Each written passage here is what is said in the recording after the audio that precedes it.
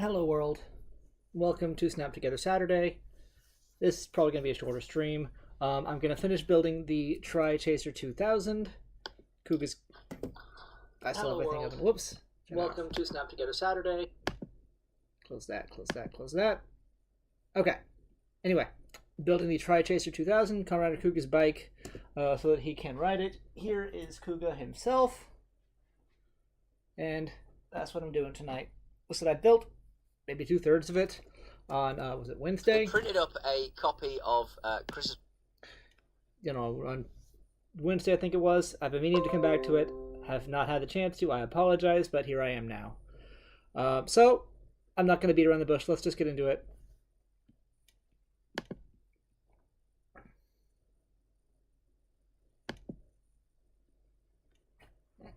So here's what I got so far. It's the main chassis, both tires, rear suspension.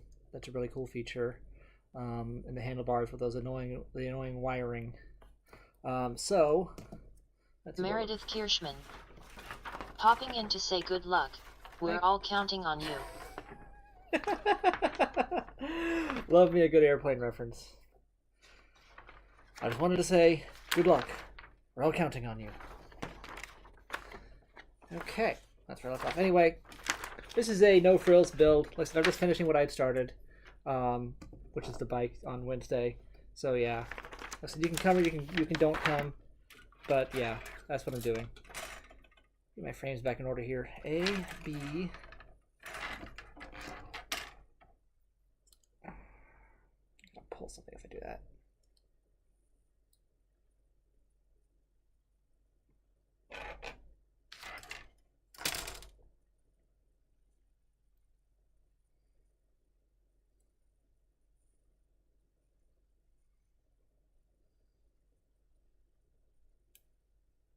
There we go. B, C, and D. I'll use up E and F and yeah. E, F, and G. Okay, just these 4 frames left. That's part that I need to sort of figure out where it goes. Let's put this part on already. I might have been supposed to put this part on already. Let me see something. Can't tell if this is something that's, yeah, this goes right here. No. Oh, it goes over here.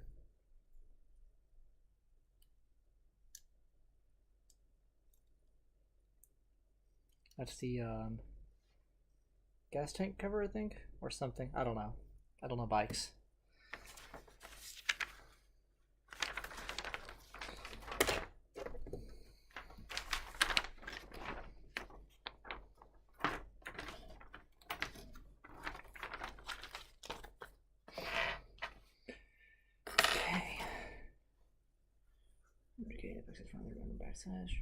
By the arrow. Let's get some entertainment going.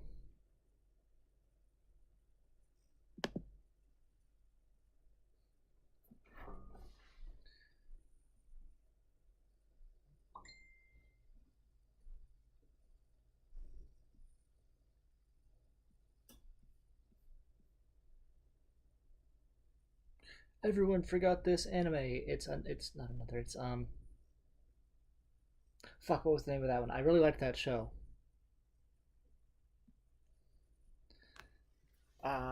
Go Sick. That's what it was. Everybody go watch Go Sick. That was a good series. Cramped CatCon? Okay, I'm curious.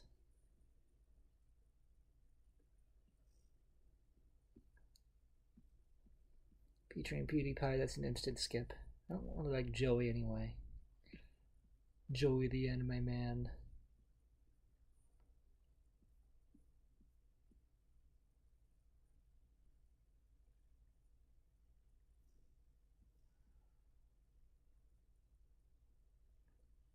Homestar Runner is still going?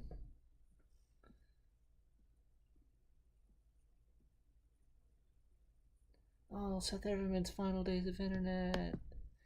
That's such a weird thing to think about.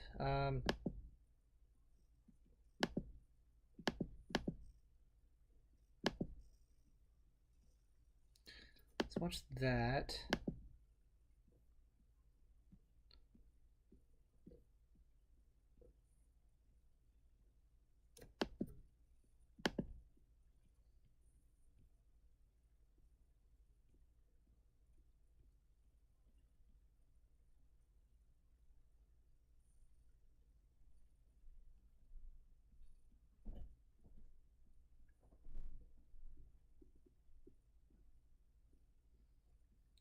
Looking for something interesting. Not finding it.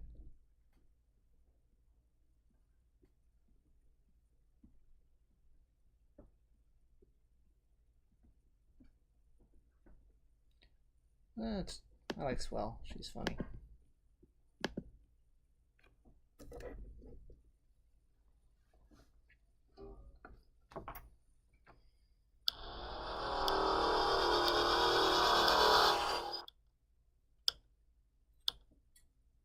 Things on the internet might seem forever, but everything ends.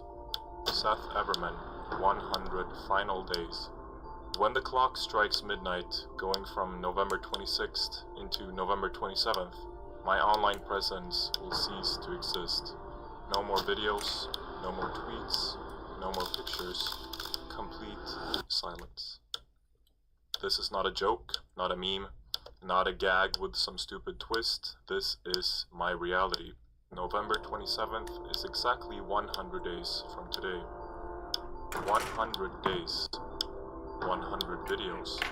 At least a lot of videos. Unrealistic? Yes. But this time, I haven't just been sitting in silence for months. My final goodbye. My final grand finale. My final time with you guys. And your final time with me. And merge. My last chance to make my ideas become reality. My final 100 days.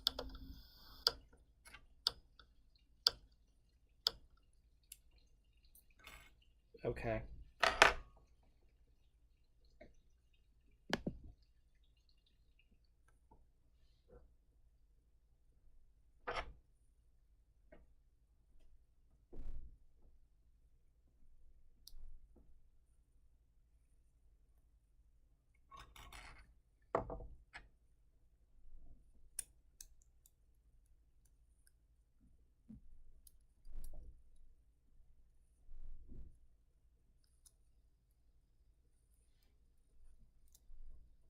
Over 27 years ago, Nintendo would launch the N64, and in my opinion, it's one of the most important consoles ever released. Why? Well, simply because if you compare Nintendo hardware to its competition, traditionally, they were never one to focus on having the most powerful hardware. Their focus was always about offering their customers the best gaming experiences, and bringing new experiences with each iteration of their popular franchises. But the Nintendo 64's launch would change all that. The hype surrounding the console was out of this world. Nintendo's goal was to give players the very best graphics available on a home console and offer the very first 3D games on Nintendo hardware. And to achieve this, Nintendo would famously partner with Silicon Graphics, a long-term leader in graphics computing who were looking to get into the consumer market by adapting supercomputing technology to video games and bringing high-end 3D graphics for the very first time to Nintendo hardware. Silicon Graphics workstations were quite popular in Hollywood in the 90s and early 2000s, responsible for special effects in movies such as Jurassic Park, Terminator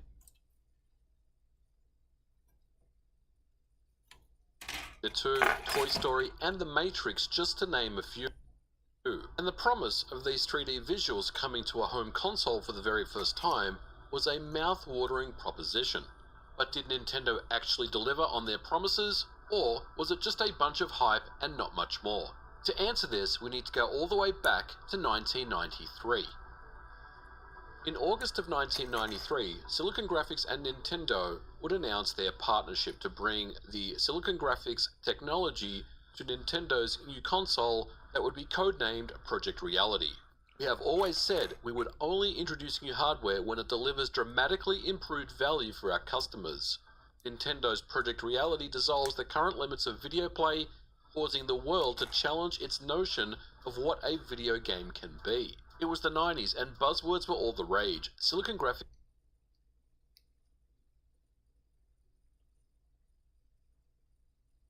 would label this technology the Reality Immersion Technology. This would essentially combine a 64-bit MIPS CPU, a MIPS coprocessor, and an embedded software layer. This would make up the pieces that would drive Project Reality. It is the first time MIPS RISC technology will be used in the video entertainment industry, providing the power previously only available in high-end PCs and workstations. These high-end SGI workstations had a going price of anywhere between $100,000 to up to $250,000. The rollout for Project Reality would be in arcades in 1994 and available on Nintendo's new console in 1995 for the very low price of $250. And for many people, getting Silicon Graphics hardware in the living room of your house is almost something of dreams. By 1994, the hype levels for Project Reality were off the chain. Silicon Graphics and Nintendo would showcase their hardware at various trade shows. The first would be CES in Las Vegas in 1994. They would show off tech demos that the Project Reality hardware was capable of. Now, there's a little bit of confusion about these tech demos and how they were run, but as far as I know, they were running in real time on SGI Iris Indigo hardware, and the configuration of the hardware was said to be a close approximation to what we would expect to see on Project Reality Final Retail. The Shark tech demo is probably one of the ones that you've already seen, definitely one of the most famous ones, and this one was showing off trilinear mip mapping in 1994. Now, in 1994, trilinear mip mapping required significant processing power. The other demo, the City Skyline demo, showed off a panoramic fly-through of a city skyline, and both of these demos for the time were quite jaw-dropping. There was also a lot of hype in magazines who were on board with Project Reality, showing off pre-rendered images of what could be possible on Nintendo's next generation. Picture this on your TV from a 1993 GamePro, showing the possibilities of new hardware. But it wasn't just the magazines. Jim Clark, founder and chairman of Silicon Graphics, famously said the following. Project Reality is like putting the combined computing power of hundreds of PCs together. Simply stated, there will be no other video game system like it. Howard Lincoln, then president of Nintendo of America, said, "Our work with Silicon Graphics enables us to actually skip a generation by driving straight through to true 64-bit 3D video entertainment. Nintendo's Project Reality dissolves the current limits of video play, causing the world to challenge its notion of what a video game can be." By the summer of 1994, Nintendo and Silicon Graphics presented their hardware, now known as the Nintendo Ultra 64, at CES in Chicago. However, the new 64-bit system was only shown to select persons at a private invitational event. Nintendo did indeed deliver on what they said and offered 2 arcade games in 1994, Cruising USA and Killer Instinct, with Killer Instinct even advertising the home version would be coming exclusively to Ultra 64 hardware in the homes in 1995. N64 did March till 96, I do believe.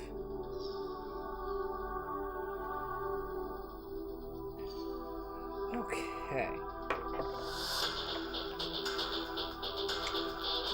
Peace. Available for your home in 1995, only on Nintendo Ultra 64. However, both Killer Instinct and Cruising USA had little to do with Nintendo Ultra 64 hardware at all. The reality immersion technology was simply not used, and yet Killer Instinct proudly boasted the game would be coming to home consoles the following year. That never happened, as we know. Instead, Nintendo and Rare would release Killer Instinct Gold, which was an exclusive title based on Killer Instinct 2. This would include the arcade's released characters, combos, 3D pre-rendered environments, but it did not include the full motion video sequences and some voiceovers, and this was due to the cartridge media format that would be the preferred choice over CD-ROM technology. Cruising USA was the other title that was said to be running on Ultra 64 hardware. However, a few months later, Nintendo of America chairman Howard Lincoln admitted that Cruising USA was actually programmed before the MIP CPU console version of the Ultra 64 tools were even available. The cabinet shown at CES was actually running on the Midway V-Unit arcade hardware, which has almost nothing to do with Nintendo Ultra 64 hardware at all. Fans were also quite puzzled that at that very same CES show, Nintendo did indeed show it with Silicon Graphics technology, but not on the Ultra 64. Instead, a Super NES game, which would be Donkey Kong Country. And while that game for all intents and purposes is an absolute classic that really showed up some amazing pre-rendered visuals, fans wanted more of the Ultra 64, and something was starting to feel off. 1995 would be a tough year for Nintendo, with mostly radio silence. However, the magazine articles would keep coming with hype and promises of tens of millions of polygons on screen, and even Nintendo hand-waving CD technology of its competitors as slow and a waste of money. But it would be these competitors, namely Sony and Sega, who would launch their 3D-based game consoles, the PlayStation and Saturn respectively, and Nintendo all of a sudden was in a very different position. The PlayStation especially launched strong, and it seemed like Nintendo and SGI's promises were fading into thin air. Finally, in November of 1995, Nintendo would show off the Ultra 64 to the public. The first order of business was to announce the name of the hardware had changed from Ultra 64 to just Nintendo 64. Nintendo would show off 2 playable games, Kirby Bowl 64 and Super Mario 64, and fans were once again excited. Mario 64 especially impressed everyone with its seamless 3D worlds and platforming. However, the hardware would be delayed until its ultimate launch in 1996. This would represent a major milestone for Nintendo and Silicon Graphics. They would keep their promise of bringing the SGI technology to the home, and even below budget at $199. As for the hardware itself, the MIPS VR4300 was clocked at 94 MHz and could manage 125 MIPS or millions of instructions per second. The Reality coprocessor was a system on a chip that combined the Reality display processor for its graphical capabilities as well as the Reality signal processor, and this would be the heart of what made the Nintendo 64 so unique. The graphics processing would feature anti-aliasing, trilinear MIP mapping, Z-buffering, perspective correction, environmental mapping, and even a completely programmable GPU via microcode. Other features included frame buffer effects, level of detail, and even real-time lighting. Many of these features would become the basis of modern 3D and features that are still applied even to this day. The Nintendo 64 ran at a fairly low resolution, however, of just 320 by 240. Now, while there were some games that took advantage of high resolutions, this low resolution coupled with anti-aliasing and trilinear filtering meant that many games would often look blurry or muddy. To add to this, the Nintendo 64 had a big limitation of only a 4KB texture cache. This meant that many textures that were used in games were often quite low resolution. Compare that to the high-end Silicon Graphics workstations that were rendering visuals at much larger resolutions. You can see why some people were disappointed by the visuals output on the N64. But even with all this, the Nintendo 64 undoubtedly could pull off some stunning visual effects. Many believed that was simply not possible on the PlayStation or Saturn, and one that comes to mind is the water effect of Wave Race 64.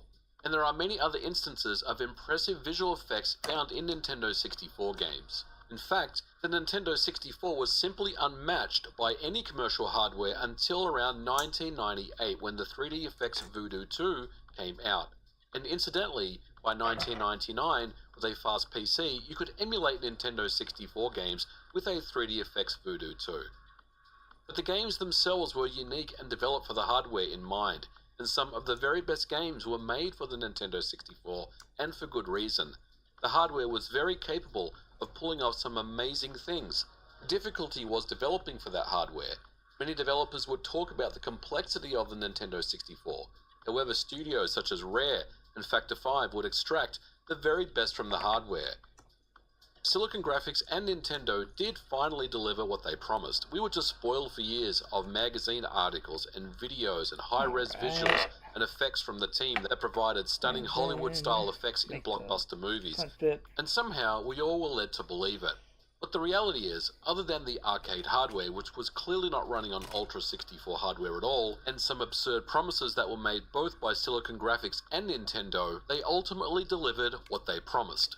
But that's going to do it for today's episode, guys. Let me know what you thought about it in the comments below. Were you around during the days of the Nintendo 64 and all the hype surrounding it?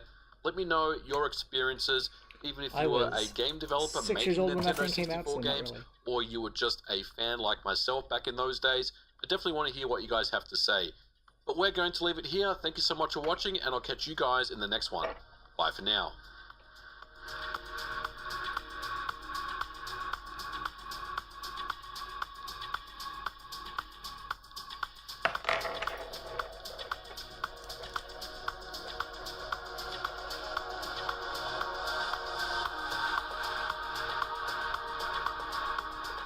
A9.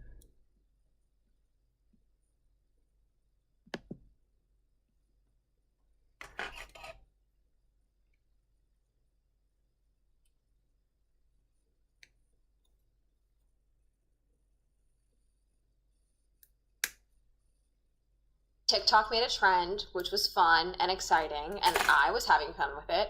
And then the media got a hold of it, and then disordered eating TikTok got a hold of it, and now it's not fun anymore. That's it. That's my intro. Hi, I'm Amanda. You're watching Small Entertainment, and today we are talking about girl dinner trend on TikTok. And originally, when I was gonna make this video, it was entirely just going to be like, the media is being really annoying about this. It's not that deep.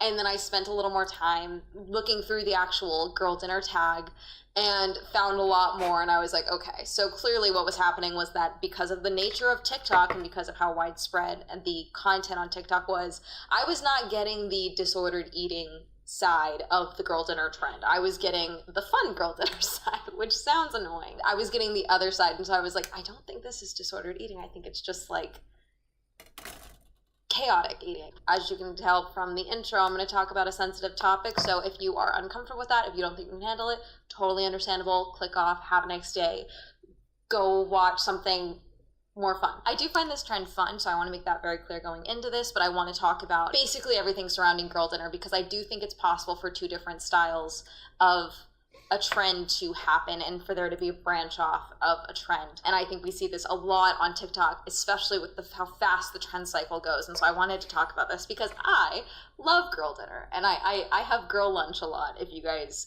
follow me on Instagram at Lovey2Golka, you'll see that I occasionally post when I'm out and about running errands. I go and do girl lunch. For me, girl lunch is I go to a restaurant and I just order a bunch of appetizers or sides, and that's my girl lunch. I don't get like a main entree. I get a bunch of different things, and then that's my girl lunch. That's what I enjoy. That's fun for me. And I've definitely had girl dinner before. I think everyone has had girl dinner. Let's talk about girl dinner in its inception. So I believe there was an initial girl dinner video before the girl dinner song girl dinner video. I cannot find the TikTok right now, but a girl just came on here and said how, like, in medieval times peasants had to eat nothing but bread and cheese and how awful that was, and she was like, that's my ideal meal. This is my dinner. I call this girl dinner. Basically, girl dinner is just like the lazy meal, okay? I've made too many decisions today. The last thing I want to think about is what I'm going to eat for dinner, let alone making dinner. I don't want to order it, so I'm just going to eat whatever I have available. So that could be crackers, snack foods. It could be just a peanut butter sandwich with a handful of Cheerios and some carrots. You know, it's just like snacky foods. I put this up here because this is what it initially made me think of, was like kids' homemade Lunchable trays. And then there was this song from @KarmaPilled. This is my meal. I call this girl dinner. Girl dinner. Girl dinner. Girl dinner. Oh, girl dinner. Tiddly, silly girl. Do I actually think that she ate an ice cream for dinner? Not necessarily. I think it was just a bit, but I can see where the trend then pivoted from there. Is this her fault? No, of course not. This is just, hey, I'm eating girl dinner. And there have been times where I've had leftover birthday cake for girl dinner, okay? There are times where I've had, you guys know Trader Joe's? They're like, they're molten lava cakes. Those things, great, delicious girl dinner. But I've been seeing the trend of girl dinner where it was things like that, like here's my hodgepodge of food that I've made, where it's like just a plate full of different foods, whether it's plates full of leftovers, plates full of snack foods, leftover cereal, things like that, you know, whatever. That's what I was seeing. I was seeing like the, hey guys, girl dinner. And then at some point after this, I saw, I believe it was from The Cut, but I can't find it. I saw the article linked on Twitter, and I did not read it because I was like, that is not girl dinner. That's not what girl dinner stands for. Basically, it was an article being like, let's talk about girl dinner. And it was talking, it specifically used the word aesthetic food trend in the title. And I said, no, I'm not clicking that because that's not the point of girl dinner. It's not supposed to be aesthetic.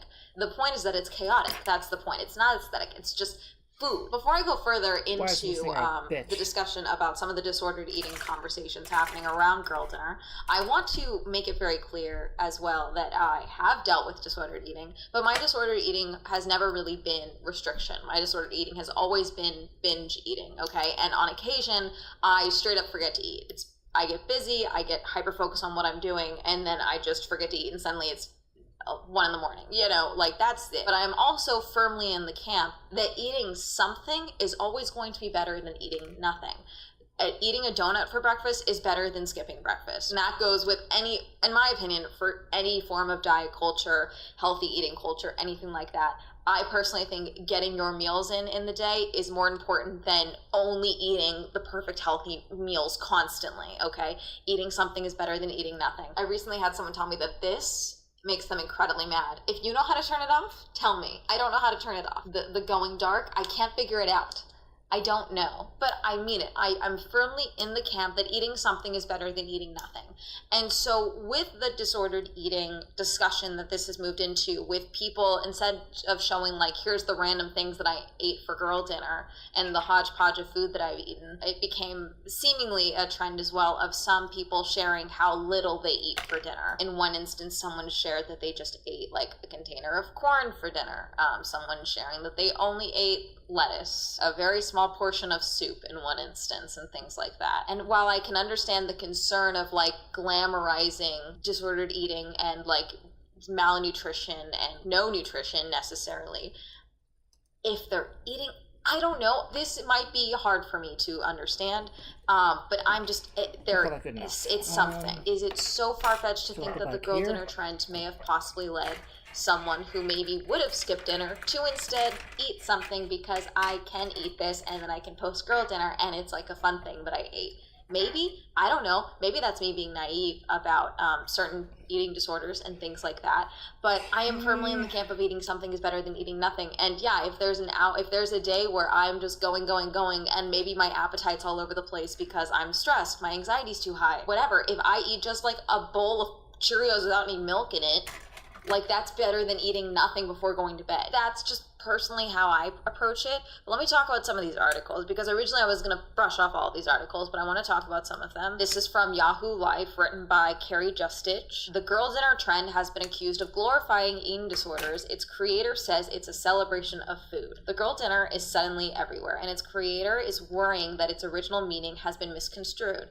The meal trend, which is essentially a single-serving dinner made up of little bits of different food like cheese, bread, and assortment of meat, vegetables, fruits, or whatever a person might be craving, originated in a video by Olivia Marr, posted on May 11th. Now, the 28-year-old's original video has 1.3 million views, while inspiring countless recreations under the hashtag Girl Dinner, and even a musical jingle by another creator. It's been used in over 23,000 TikTok videos. While her original video characterizing her spread of cheeses, bread, grapes, and cornichons, is that how you say it? Girl dinner wasn't good fun. Mara has seen how the trend has gotten carried away by those who are enjoying it and others who are critiquing it as a bridge to dangerous eating habits. I totally hear where people are coming from, she says, but she stands by her creation as one that comes from a love of food, no, not a way to glamorize restriction.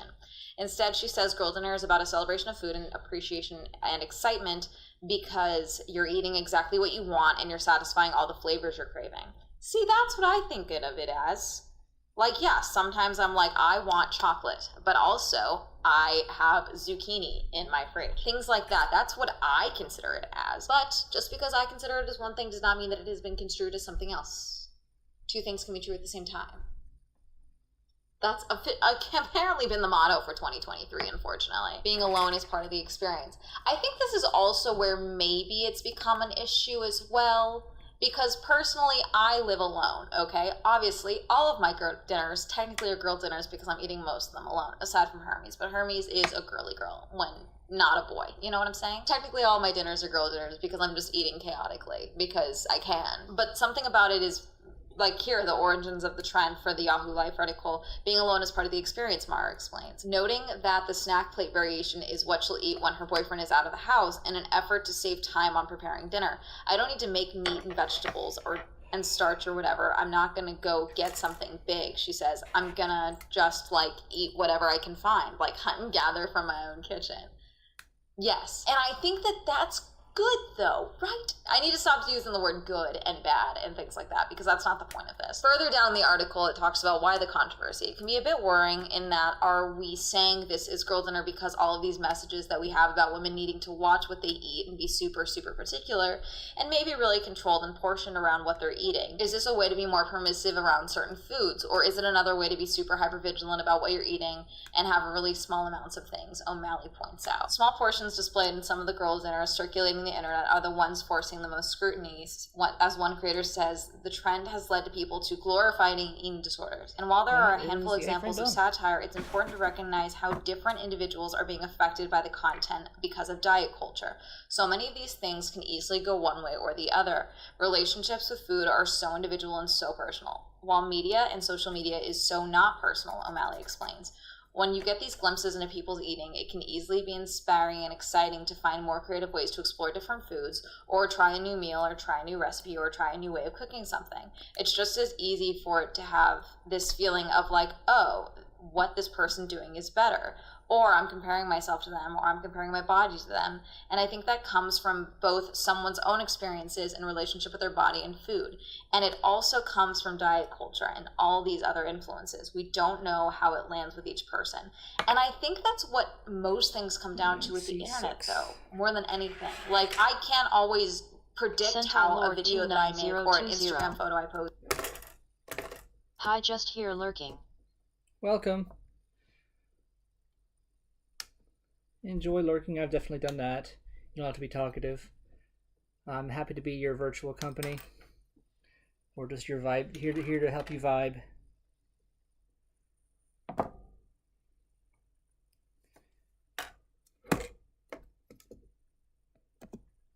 Or whatever is going to affect another person because I'm one person. You know what I'm saying? Same with this trend. Like when she posted her medieval peasant girl dinner, she didn't think about how maybe someone's going to think about like, oh, this Victoria's Secret supermodel also ate girl dinner and I want to look like her, so I'm going to do that. You know? So it's like, I don't think that vilifying the whole trend is the response though. And that might be my naivete as far as that goes, you know? That might be that.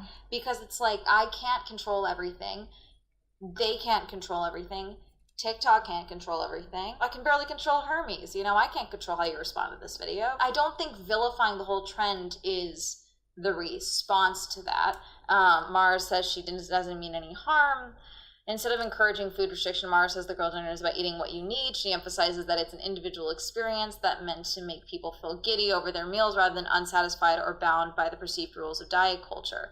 Ultimately, she encourages viewers to remember that the one meal someone might share on TikTok is not indicative of their overall eating habits. Yeah, and I think that's important as well. The girl who posted herself eating corn, just corn for dinner, like, did she actually eat something else? Did she make the girl dinner just her eating corn because she knew that that was going to get a reaction from the internet? Did she do it because she thought it was funny? You know, like, did she then go and eat, like, a grilled cheese sandwich and, you know, some green beans? Who knows? But, like, this one video, to say that this one video or several handfuls of video, whatever, is indicative of an entire trend, and that therefore the entire trend should be vilified, I don't think is accurate, I guess is the word. Popeyes also made a girl dinner thing. Oh, this article is from Fox Business, by the way. So some people were criticizing Popeyes girl dinner, but basically Popeyes girl dinner is kind of like how I do girl lunch, which is basically it's a bunch of sides. That's how I view girl dinner.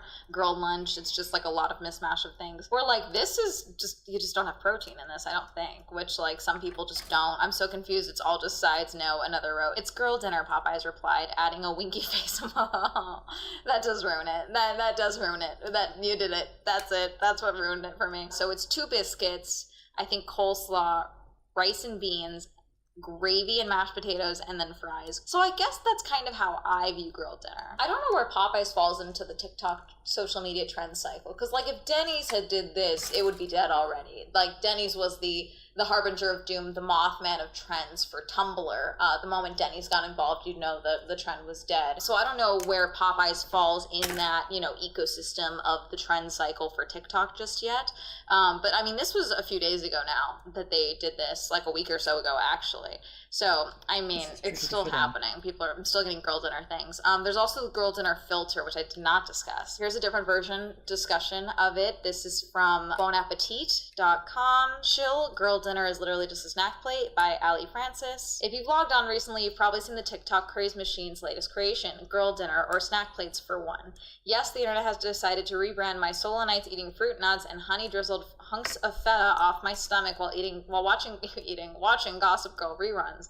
The term has snowballed so out of control online that it's putting a major dampener on the IRL activity. Unfortunately, the trendification of girl dinner and the various controversies that have followed it have ruined a good thing.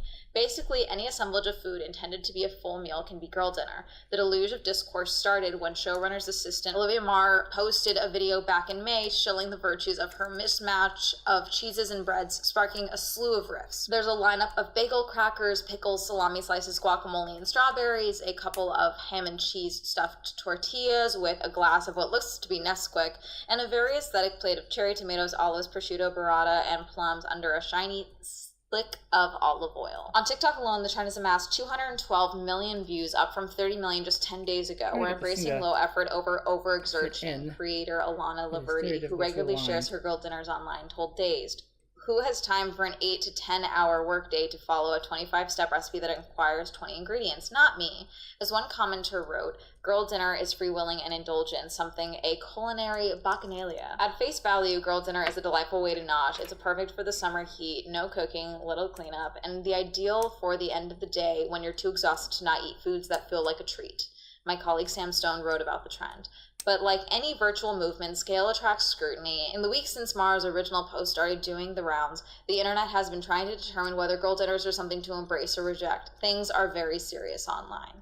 As we've witnessed time and time again, please see example A, butterboards, and example B, mouse moments. Once a thing is given a name, the thing becomes an object of controversy. It needs to be said, there's nothing new about the format. A British chef, Nigelia Lawson, has pointed out girl dinners are really just picky bits. Other creators have written entire cookbooks dedicated to the concept. While see girl dinner hiding in plain sight on restaurant menus around the country. There we go. Jupiter in New York serves a bowl of cherries for dessert, and Botanica in Los Angeles features a bunch of dips and snacky small plates. It's charcuterie. It's similar to the bento-like plates, a combo of bite-sized carrot medallions, cheddar cubes, grapes, and almonds that my mom whipped up after school. Hell, it's basically tapas, a style of eating the whole ass country of Spain already got behind. Some see the trend as pushback on diet culture and a solid advertisement for intuitive eating. Many of the videos, we're making progress here, primarily by women, show them eating whatever they feel like. Others have said that some of the meals, such as the clearly satirical cigarette and a cup of tea, and the more sparse plates floating around online, promote disordered eating. It's an argument, unfortunately, reinforced by the chosen nomenclature. Girls, after all, are most at risk of developing unhealthy eating disorders, unhealthy relationships with food. Others have a problem with gendering any way of eating. That's just a divorced dad dinner on a plate, tweeted one user. As someone who has had the divorced dad dinner, I've had Burger King for Christmas Eve dinner. I've had that.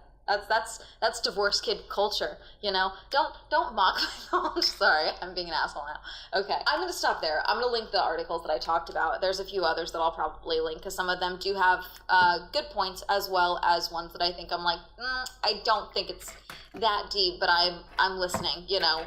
Why TikTok girl dinner trends is giving dietitians a pinch of pause from Well and Good, the New York Times. Is it a meal? Is it a snack? No, it's girl dinner. What is girl dinner? And can TikTok? They're all yelling at me for using an ad blocker right now, so thanks. But basically that's from CBS News. So I'll link these down below. My opinion, again, I think eating something is better than eating nothing, in my opinion.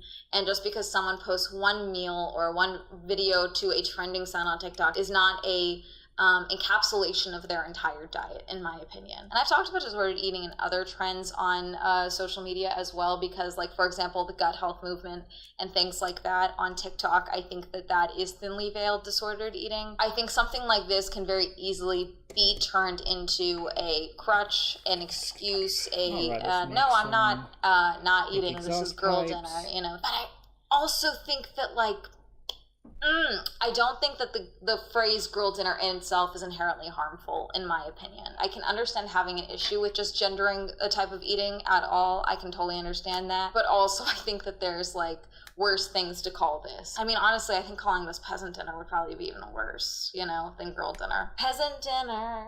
Peasant dinner, it doesn't have the same effect. I don't know. I don't have a problem with being a girl, you know? I don't have a problem with saying that things are girl stuff. And I'm assuming there's a lot of people that feel that way as well. And if you're taking that as some form of TERF statement, go fuck yourself. I will block TERFs on site. Anyone can have girl dinner. That's kind of the point. I think that things can be interpreted any number of ways on the internet. So I'm not going to sit here and be like, is this good or bad? It's logical to have concerns, and I also think, personally, I don't have a problem with girl dinner. I know this isn't really an ending. It's just kind of like a, here you go. I've explained this to you. Take it as you will. Maybe you disagree with me though. Maybe you do think that the entirety of the concept of girl dinner, or even just the concept of eating anything is better than eating nothing, is inherently harmful. If you disagree with me, feel free to literally let me know. Tell me. Let me know. Have you seen girl dinner? Have you posted about girl dinner? What do you think about the girl dinner song? Have you had girl dinner this week? Let me know. Comment down below. Reminder, I have a podcast, a Social Hands podcast. Reminder that Swell Entertainment is now available on Spotify the day after posting. This will be available tomorrow. Blah, blah, blah. Shout out to my patrons. Thank you so much for supporting me on Patreon. If you also support me on Patreon, levels down below. Like to follow me on social media. That'll be up here. And that's going to be a helpful day. Goodbye. That was an interesting video. Let's have something a little more. Alright, let's see. What is my girl dinner officially? Okay, cold leftovers. Yep, been consistent with that. Fries? Do I want fries? Raspberries. Not bad. Thank you, Amy, Andrew, Alan, Awful, Aslan, DJ, Cameron, Christopher, Chris, Crispy, Crispy, Crash, Sean, Corey, Daniela, Dirty One, Dawn, Donnie, Elliot, Evan, Eric, Eal, Ghostly, Hopeless, Homer, Jay, Incognito, Jasmine, Joe, John M, Jordan, Joseph, Kenny, Kim, Kristen, Lauren, Lamb, Leah, Lex, Louisa, Luis, May West, Madeline, Matt, Matthew S, Mewmord, Medic, Michael J, Michael T, Micah, Nathaniel, Hat, Pen, Pink, Philip, Richard, Rob, Rosie, Red, Robert, Ross, Ryan, Sam, Serena, Skylar, Simon, Tasha, Timothy, Heavenly, Plastic, Tyler, Tenzin, Tom, Thomas, Birdie, Victor, Randy, Winter, Will, Wendy, Williams, Endries, Wing.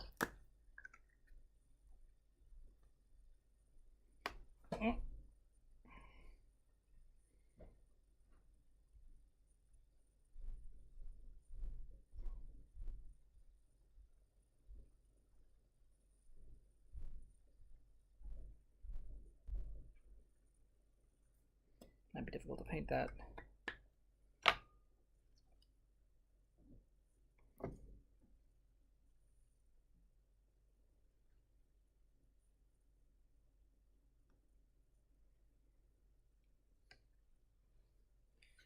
PC8. Let's see. Let's have something more upbeat.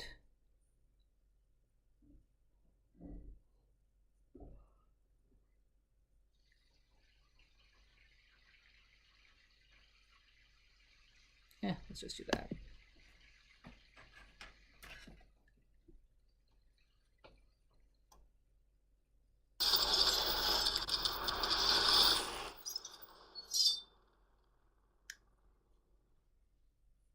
Before we begin, thank you very much to Spanglezikankle / Sketch Productions for joining the Patreon campaign. Thank you very much. The Patreon is at a ridiculous point right now, and I love you all for it. I don't check it because I'm always scared of where it is, and then I checked it tonight, and it's just like more than I ever thought I would be able to get. So for all of you who are supporting me, thank you very much. I hope I am worth your contribution. I hope I can keep this going and give you as much content as possible. We're over 700 days into this daily streak, and obviously we're like 6.5 months into the shout-out streak. I need to keep it on the screen. Like, we are at this many days. But it's been unreal, and I thank each and every one of you for it. You're literally making it possible for me to do this. So, I love days like this. I love when the Transformers news cycle just throws me a softball. And I don't have to come up with a top 10 list, gather images for a tier list. I don't have to write up some weird story or rewrite how things went in G1 or whatever. I can just read the news. Oh man, so we got a brand new list of leaks, and there are some meaty ones on this bone, so let us go into it. So the first one is a very obvious one, and that is Core Class Galvatron for Legacy. I'm just going to call it Legacy Universe, because that seems to be what the name's going to be from the abbreviation. We knew there was a Megatron on the way, so this is really no shock. The only question here is which color scheme are they going to go with?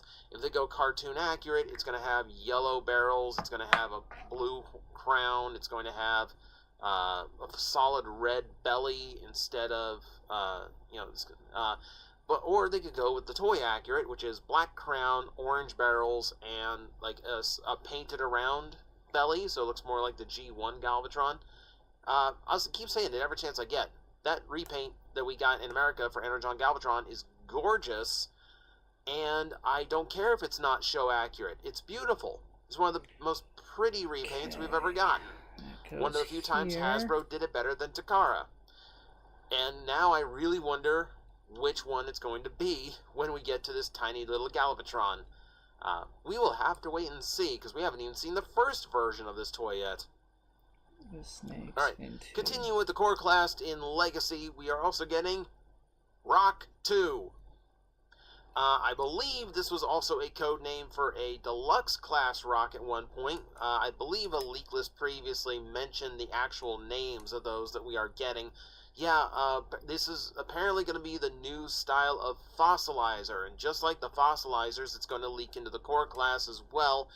We are getting Rock Lords. We are essentially getting rock transformers, and I cannot wait to see how Hasbro and Takara handle that concept, because it was weird when Bandai did it. I think it's going to be even weirder now, because it's going to be broken up into like stone weapons and stone armor. And you know, there's it's one of the time where I'm like hoping for clear plastic, because I kind of want a diamond transformer. We'll see. We'll see. I'm super curious where they're going with this one. I wouldn't be surprised if like deluxes end up being like really big, ominous kind of boulders and stones with like magma or moss details to make them look a little bit more interesting. And then the core class can be the gemstones, so your emerald, your diamond, your ruby, whatever. That's my hope anyway. I have no idea if we're going that direction. Let's move up to the deluxes, and we're going to talk Slipstream. Oh, I'm always happy to see a Slipstream leak into the listings. Now, I'm using this picture because part of me fully expects her to be a retool of the upcoming Cyberverse Windblade that we have seen in previous leak listings.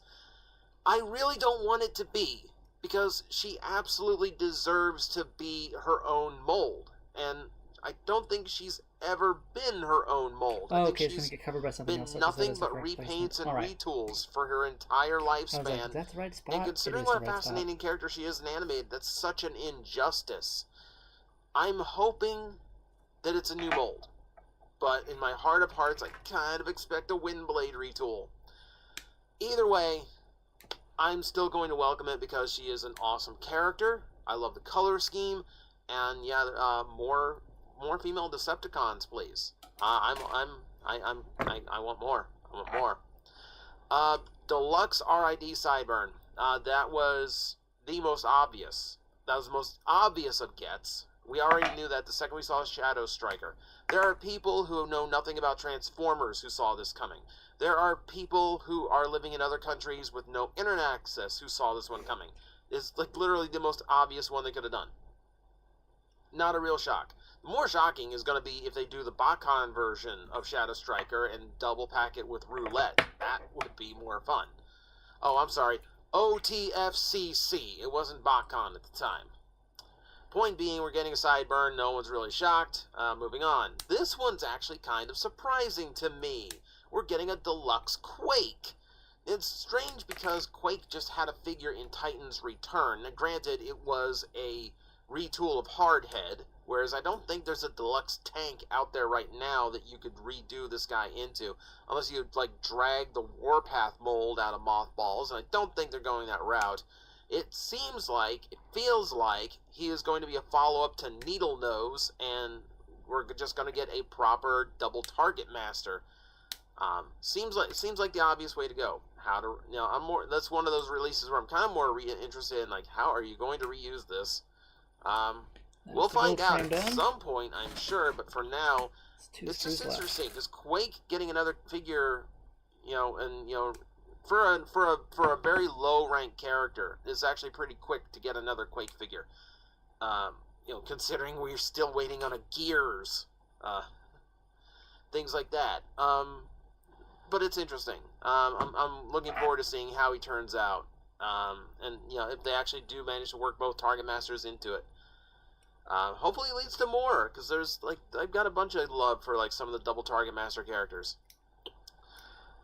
animated Motormaster is coming to the Voyager lineup. Now, we already had a previous listing for an animated Optimus Prime at the Voyager price point. Now we confirmed that, let's do it properly, the Motormaster is going to be on its way to Transformers Legacy Universe. I'm in this, like, crazy... It's funny to me that, like, we're at this point where BotCon stuff is, like, for a while, BotCon stuff was sacred. You couldn't do anything close to what BotCon released. It was on the guide to the show. You know, when you're buying the exclusives, they told you these toys will never be offered ever again. Well, I guess it isn't technically the same toy. Just interesting that these BotCon characters, these BotCon designs, start to end up at mass retail. And I know Derek was really attached and, like, really involved in making the Stunticon job set. So, yeah, I'm glad this is a little bit of his legacy continuing on. Yeah, I'm looking forward to this one a lot. And hopefully, this is where I wish there were bios so they could sneak a bunch of Randy Savage quotes into it. Ah, well. Alright, and just to round it off, we're getting a repack of Metal Hawk, which is kind of surprising to me because Metal Hawk shelf-warmed in my area. He was not hard to find. Would not be surprised that this just ends up being kind of a holdover, or like the listings that kept saying we were getting a repack, like a package refresh of Wheeljack that never happened.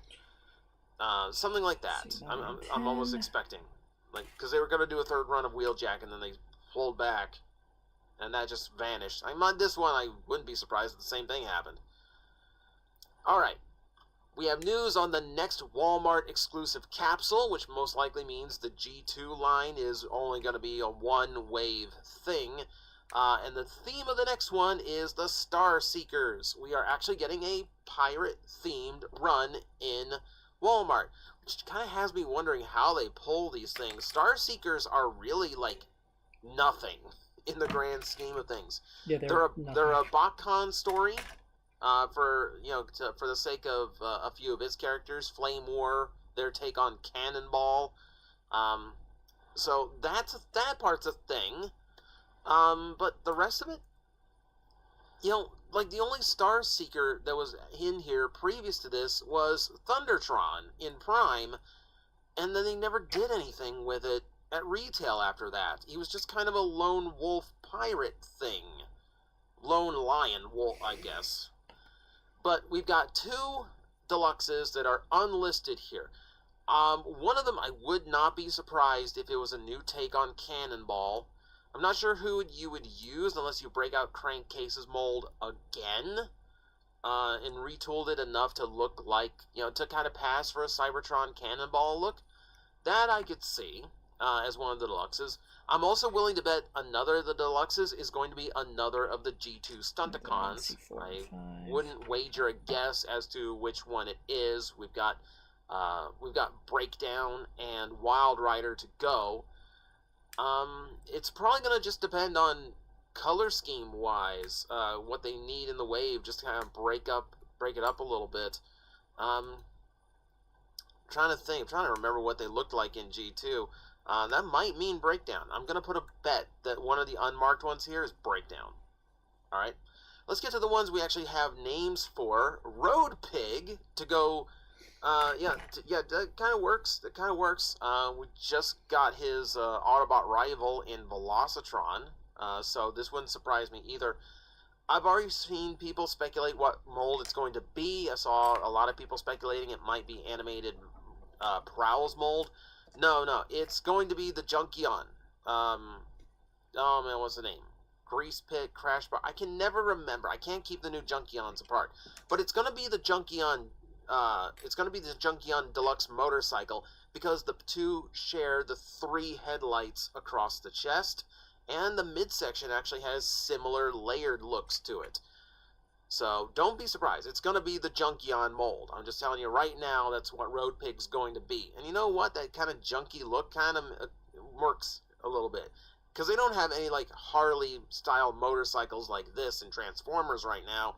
So they got to adapt something. And it ain't going to be Prowl. So it's going to be the Junkion. In a similar in a similar state. I'm sad to say, Lockdown is also on this list. If Lockdown had been a Universe Deluxe, then I would be elated, because it would mean that he would be a brand new mold, and hopefully he did the same trick he did in Animated, where he's a deluxe, but he's super tall because they engineered him in some goofball way. But no, this is going to be in the Star Seekers run, which means he's going to be a retool, because I don't anticipate this line doing anything crazy like Cosmos or anything. I expect it to run like the G2 line and just be repaints and retools, and this is again going to be a retool of the Junkion car. I don't see any other way it goes, because like we've already got a Mad Max looking car. Why make another Mad Max looking car? Even if it is a popular character, we can just retool the one we've got. And it's sad. This is why I use the Cyberverse version, because yeah, I knew this is going to be way closer to how it looks than the animated version. It's going to be it's a letdown to me. I don't know. I'm still fingers crossed for a proper Lockdown someday. I don't think this is going to be it. Here's a name that really threw me off, and I think is super cool to see: Filch. Now, I love the design of Robots in Disguise 2015 Filch. Really love the look of her, love the color. Okay, that's the I would muffler, love I for think? this to be a really cool and exciting Exhaust, thing. both. But we're doing Star Seekers, which means she's a retool, meaning she's probably just going to be a remold of AirRaiser.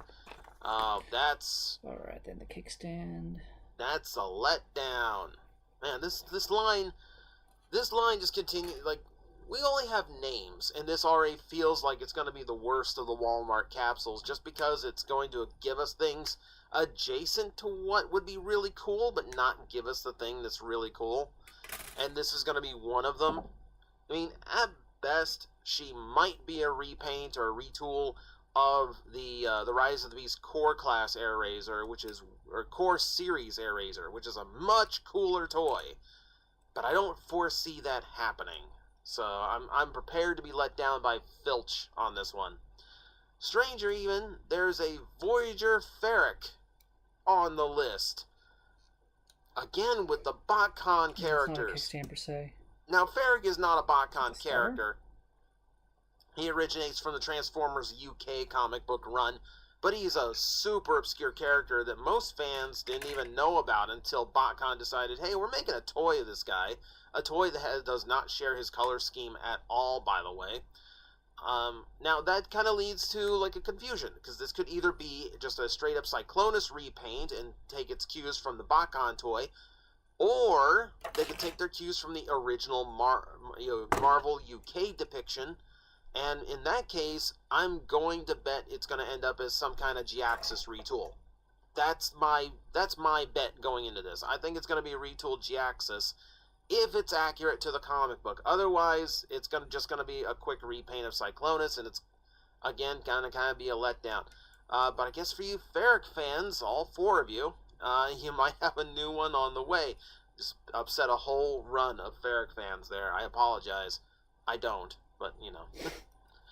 And then we have an interesting one. So, we have a listing for Thundertron. Now, of course, this is the one Star Seeker we've seen at retail before this.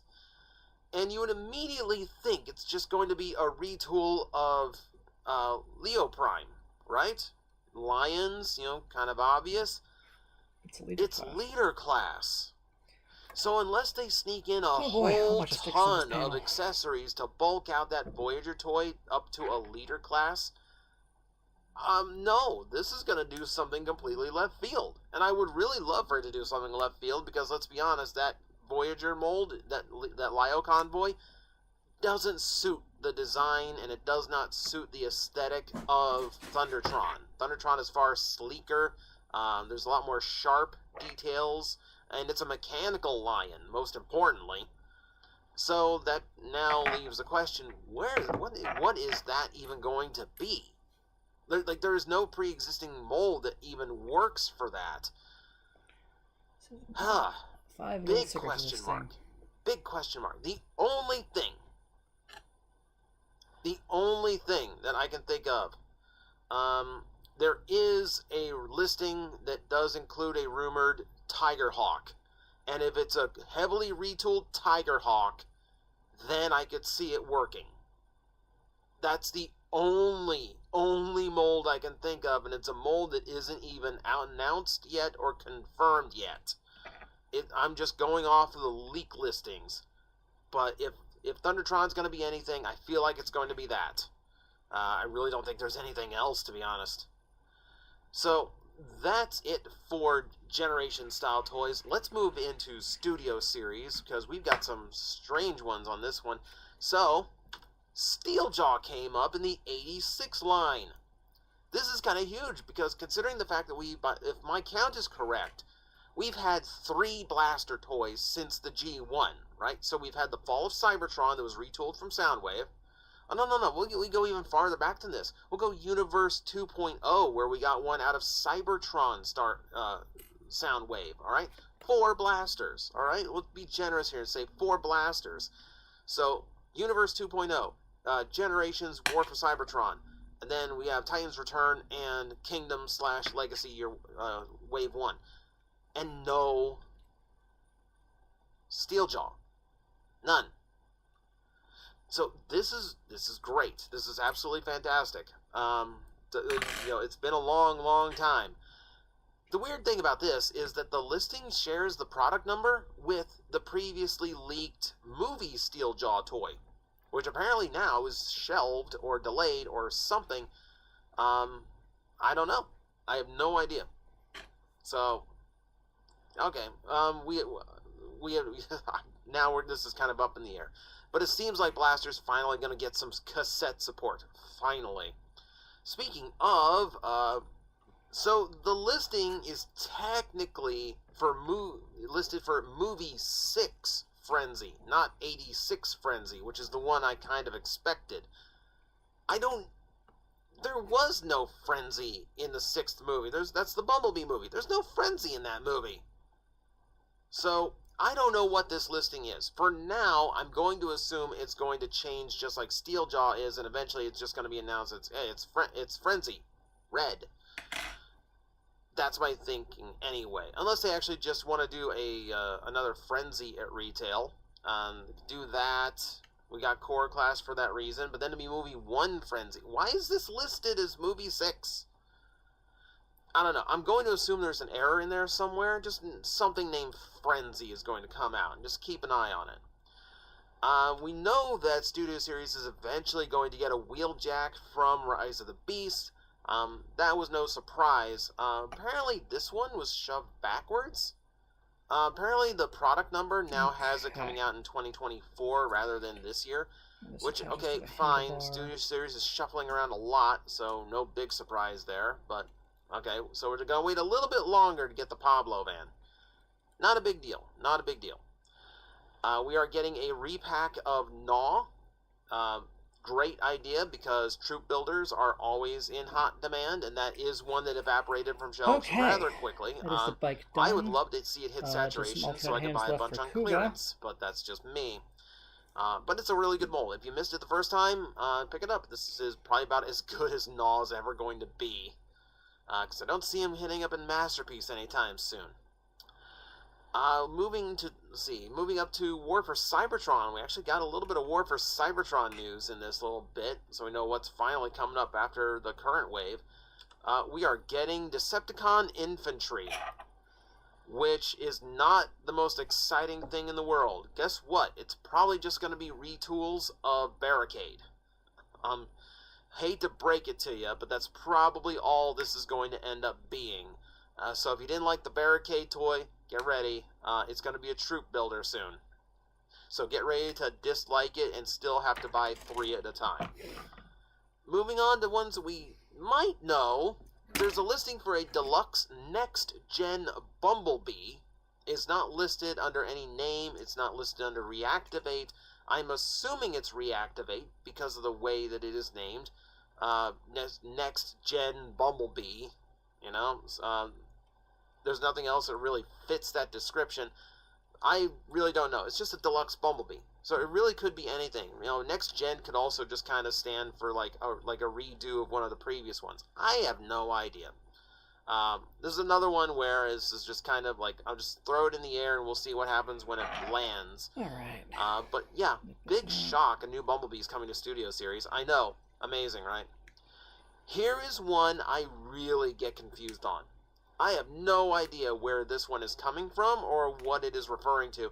I will go ahead and tell you it is a deluxe class Megatron listed HM. I don't have anything on this. I don't know what HM means. The only thing I can think of Transformer related with HM is going to be High Moon. But then it would be listed as War for Cybertron. And we already got a High Moon Megatron. And it was a Voyager, not a Deluxe. So I have no idea what's going on with this one. None whatsoever. It's just a super bizarre listing. But there's apparently a Deluxe Megatron coming to Studio Series. And we have no idea what it's going to be. We have no idea what it's about. I have no idea. It's just floating in the wind. That's going to be the interesting one to discover, and to see if that listing changes to be a little bit more friendly later on. To finish off the Seekers from the Bumblebee movie, Skywarp is going to be on the way, so no big shock there. It's just expected to be a purple and gray Seeker. The next War for Cybertron is announced, though. At the Voyager scale, we are doing Ratchet, and which is a great call. It's a really good design. It should do well at the Voyager scale. I love the idea. I love how Ironhide and Ratchet are kind of going back and forth on who gets to go first. You know, so for like Siege, Ironhide got to go first, and then for Studio Series Core, Ratchet got to go first. Then for Studio Series Voyager, Ironhide got to go first, and now Ratchet gets to go first again. Now, the good news is, because this is a Voyager scale toy, you're probably not going to have to go to a Walgreens to get it. So it's going to be a little bit easier than a lot of the other emergency vehicles we've done lately. Alright, the next two are another weird one. So this is listed as Movie 8 Optimus Prime, has a listing. So this is the Prime from Transformers 1. Hence why I've used a pre-Earth Optimus Prime as our stand-in image. This is the one that is marked A level. It is, so like everything before this, so it's like Facebook user. Gen, so TRA, Gen, Writing a guide for Studio our pet Series, sitter, Voyager, work friends, WF. for our vacation. Aaron is taking a shocking amount of enjoyment out of writing the guide. Meredith, that you? Because it didn't come in under your name, so. Totally forgot I had my drink here. Whoops.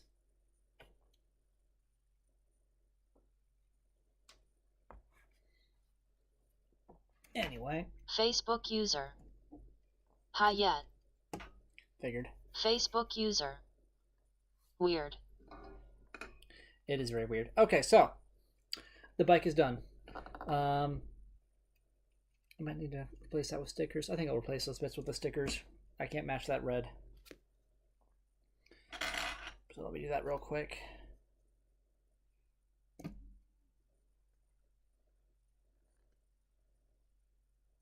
Facebook user. Bike looks good. I'm gonna pull up the bike fight. Sentai Lord 29020. Nice. Facebook user. I'm making lavender ice cream. Nice. That sounds lovely. Let's put this here. If I can get this to a line.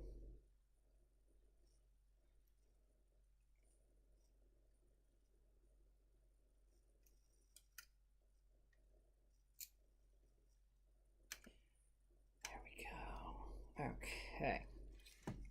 And then the one on this side.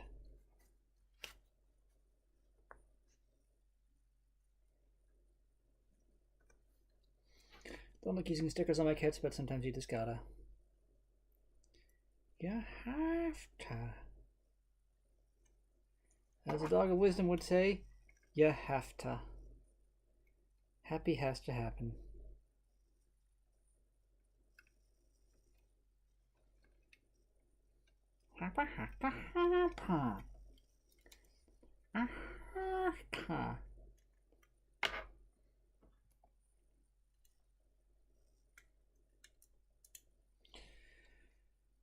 Okay, so interesting choice with a kickstand. It is fixed in place. You have to physically take it off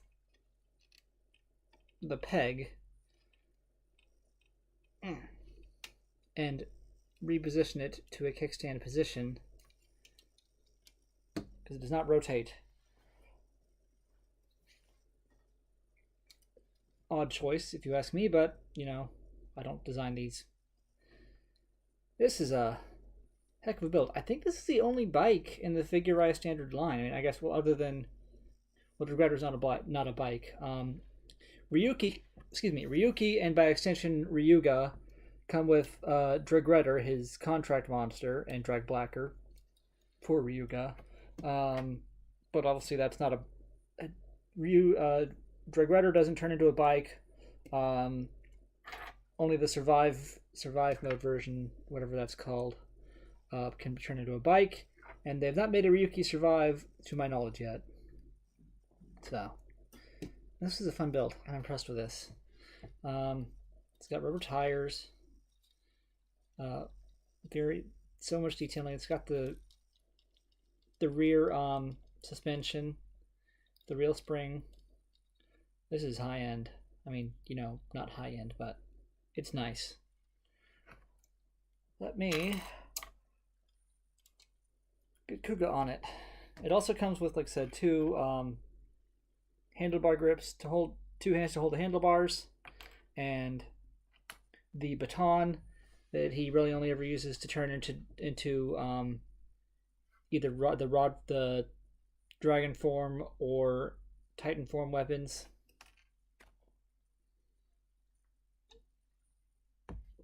But it's a nice touch. Clear off my workspace here a little. I got a lot of nubs. Yeah, got a lot of nubs. Okay, now here is the man himself. And I realize I'm not in the greatest view right now. It's overhead. Let me change views here. So here is the bike. Actually, you know what? Let me just change back. I'll hold it. So here it is. You know, rubber tires. That's just a support.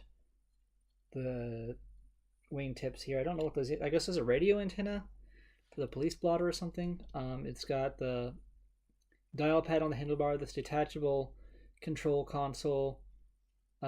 Details display, the speedometer and the other information behind the thing right there. I'll need to fill in the Kuuga symbol on the front and side still. It comes with these dry decals. I'll figure them out. I might just try to paint that in, I don't know. But just really, really nice. I need to fix those. The dual exhaust pipes. I guess there's exhaust pipes. It only routes through, like the muffler only routes through one of them, but the other one's there for symmetry, I guess. I don't know. I don't know bikes. A lot of bits I don't really know what they do. Those are, I guess those are, I think that's the starter. Or no, I think it's the clutch. One of these is the clutch. I don't know. I don't do bikes. Anyway, let us stand Senor Kuuga on his bike. By his bike.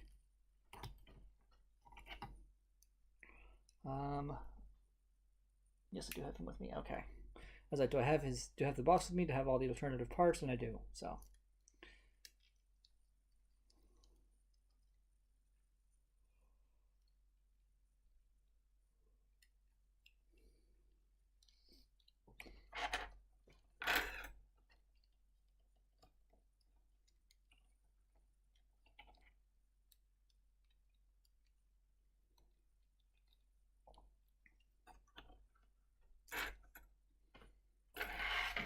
That's the bike. What are my tools? Don't need those anymore.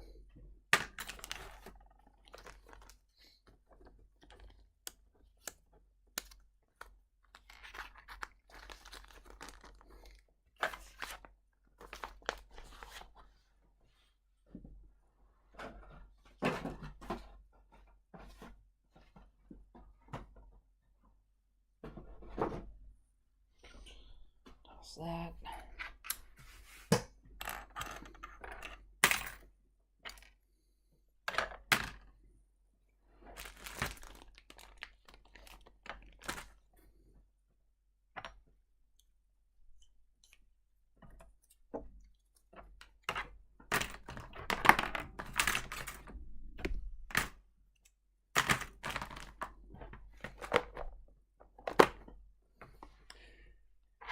Okay. Let's take a picture with my phone, which is right here.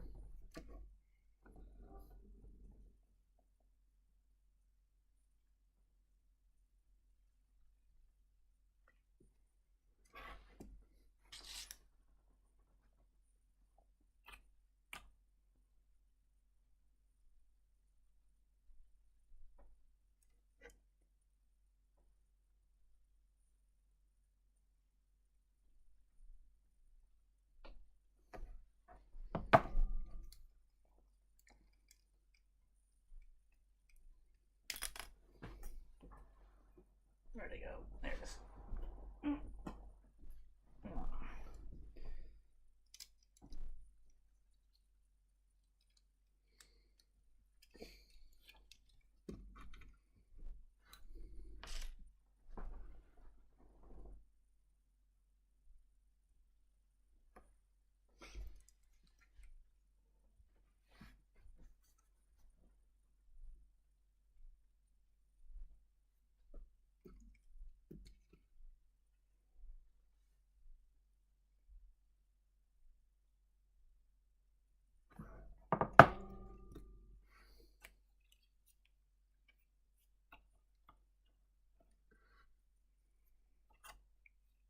Kuuga.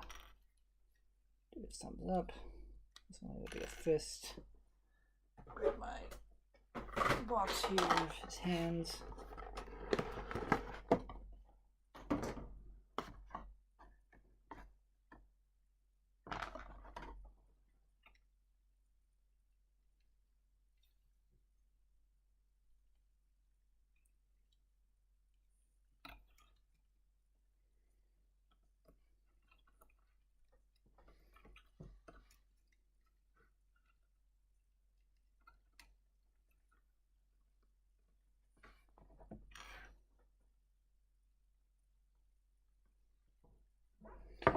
Now let's put you on your bike.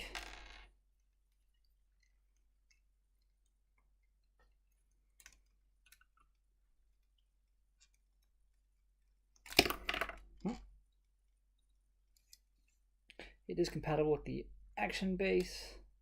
Requires an adapter, I think. This is this.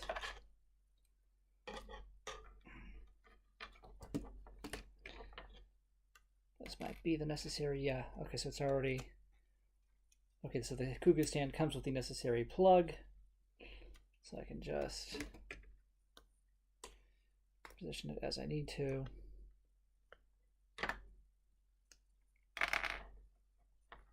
That's right, that doesn't work.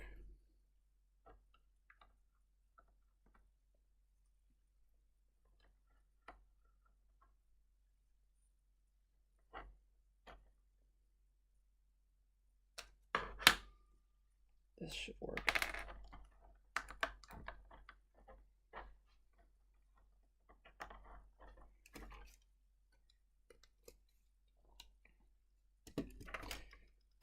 Get the positions right. There we go.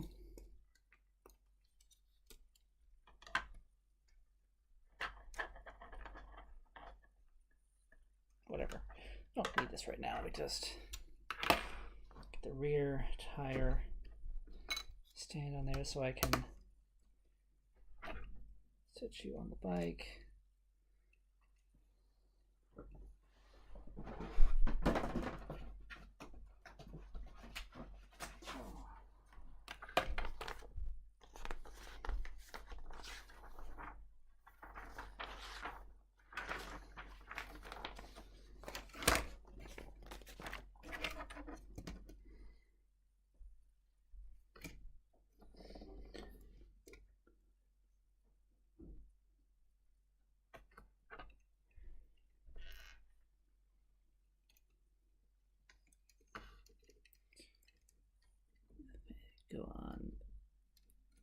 these bits.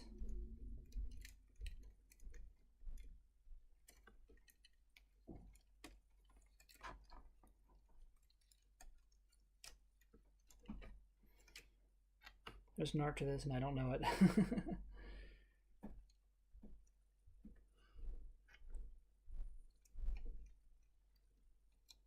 There's definitely an art to posing, which I am not especially partial to. It just takes more time than I'm. To get a good looking pose takes time. Surprise, surprise.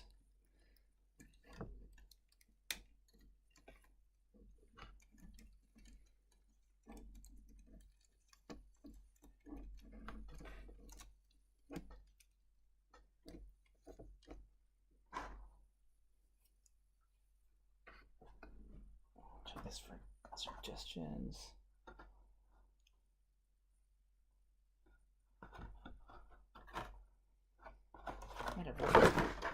I can't tell if I'm going through reference pictures right now in my slideshow. It might be. Let me pull them up. I need to just get them posed properly.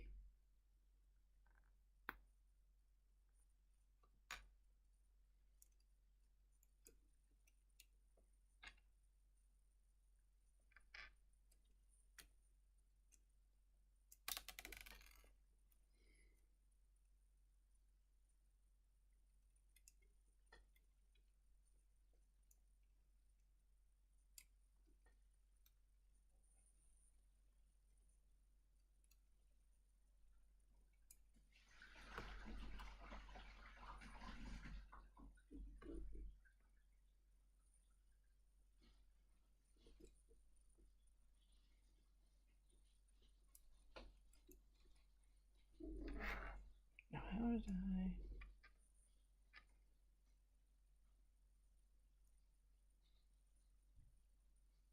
That should be right.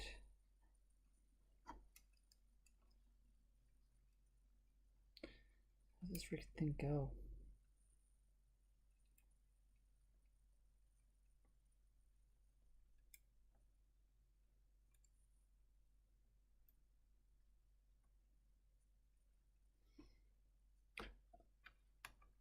No, it's the wrong hand, that's why.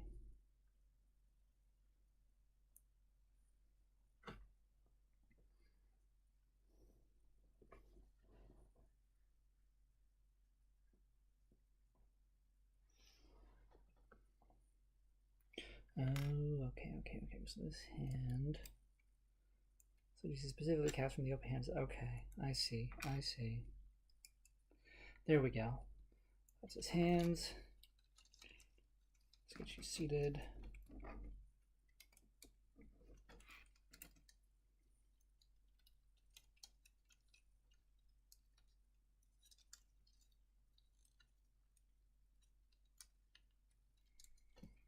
I think he's sitting too far forward.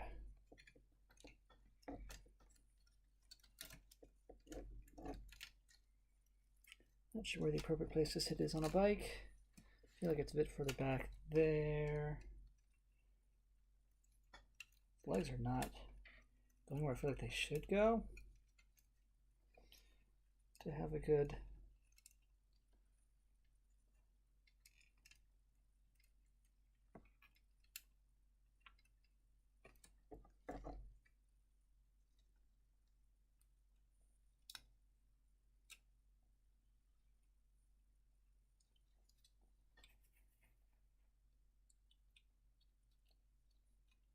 that seems right.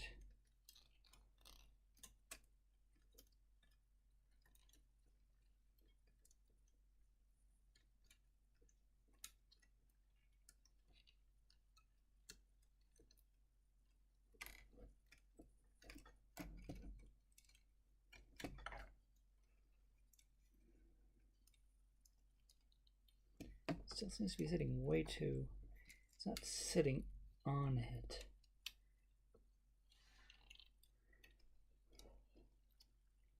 Like I can't get him to just sit. Check my photos here.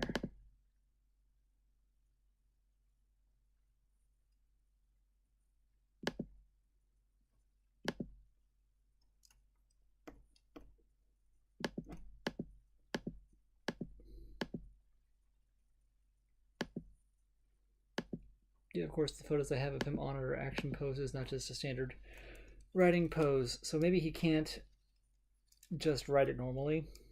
Or maybe he looks awkward riding it normally. I don't know. Because I sure can't get him in a generic riding pose.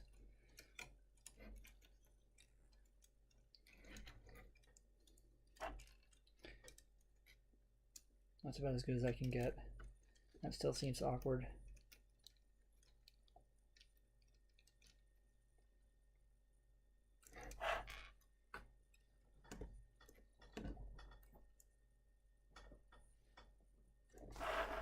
Okay, so here he is riding it. Make sure he's in view. Yeah, there he is in frame. Here's riding it.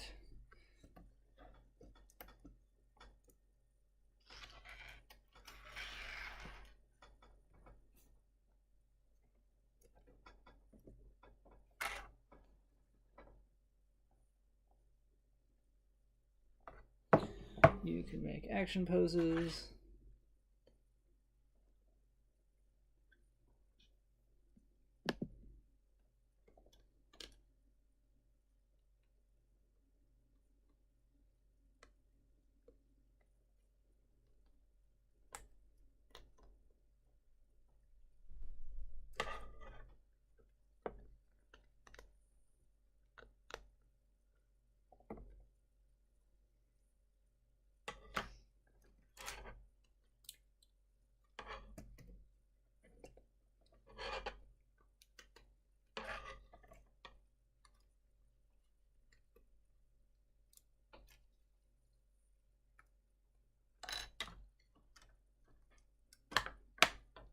This is definitely better with a stand that is more, not a figurized stand, I guess.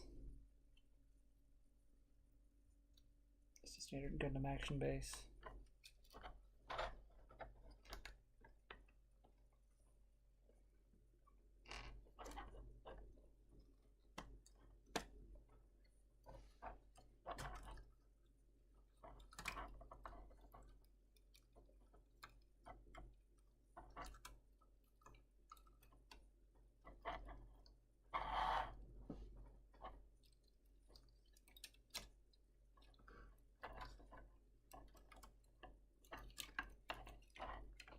Stand up a little bit.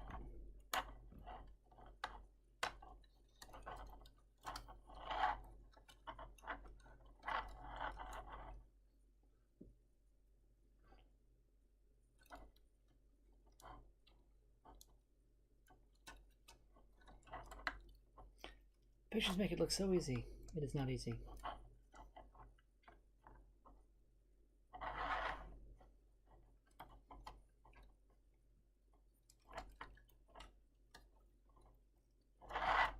This foot's not even on anything over there. Okay.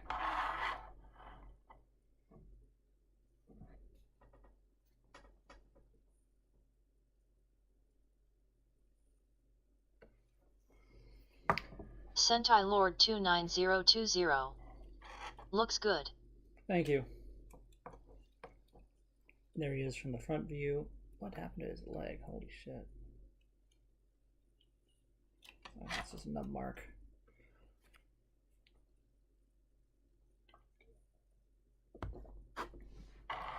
Might just leave it at this. Alright, so that is figurized standard. Trychaser 2000 with Comrade Kuuga on him. I said again, it does come with this handlebar accessory. I won't be using that much. Like I said, it's only used for like in between shots when he needs a stick to turn into the Titan sword or the Dragon Rod. So yeah, but it was a good build.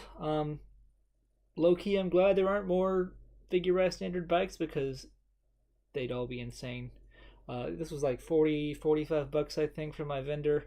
A bit on the pricey side, but he's a good guy, so I don't mind. He deserves the business. Anyway, if time allowed, I was going to build something else probably.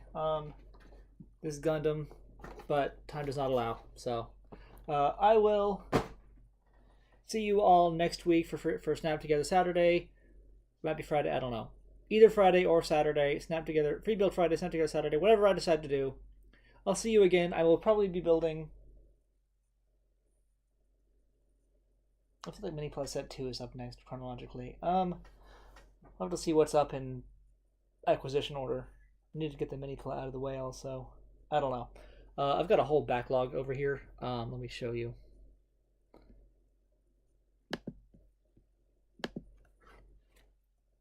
Right here.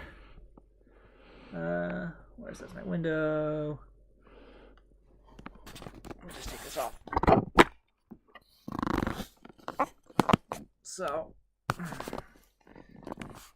behind, yeah, there we go. Okay, there is my build pile with some stuff in the way. I can't only move my, got a wire blocking my viewing. There we go. Hang on. Trying to navigate, so we're gonna navigate some cables here. Okay. Here's my build pile. I think I'm showing it. Yeah, there we go. Okay. Build pile. I have, let me get you out of the way. I got some stuff down here that's already built just because I needed to get some stuff out of the way to have the house painted anyway. HG RX-78 Gundam, Mini Plus Set 2, the Legend Shoe Gods, SMP Firebird, SMP Grandbird rather, SMP Power Dagwan, SMP R1 and R Gun, Zoid's Genobreaker, which I really want to get to building actually, the Gundam Witch from Mercury Lifrith Thorn. I need to get the Lifrith I have the aerial rebuild and the Guel's first suit. What is it? The Delanza? Sentai Lord 29020. Wow. Anyway, I yeah. almost want to go to Hobby Lobby to get some models, lol. That's how I started. I mean, well, kind of. I mean, I've been building Mini-Pla and SMP kits for a bit. Branched out into some Transformer stuff. And then, Gundam's always been the elephant in the room of hobby modeling. I was at Hobby Lobby. I was like, let's buy one and see how I like it. And it was a really cool looking kit. And they also got the Grandpa, the OG Gundam as well. This one that I have Titanus and them on top of. And then that sent me down a path to where I am now. I was probably going to end up getting the Figure-Rise stuff anyway, but this has incentivized me. But I've got too much of a backlog, and I've got more stuff coming in. There is the SMP Dairono is releasing like imminently. They just announced Wan Tiger. And what else is there? I still have the Mike guy, the Mike Kaiser set is coming in. Actually, it's been waiting for me. It's just on I have it waiting to ship. I've got a large backlog of stuff. Besides what's here, I've got a large backlog of stuff that just is not in my physical possession because it hasn't been shipped yet, or I haven't picked it up or whatever. I don't have problems. What are you talking about? Anyway, I'm getting ahead of myself. I do build streams. Try to do them weekly, usually on Saturdays. But yeah, come hang out. I'll be back building something. See you next time.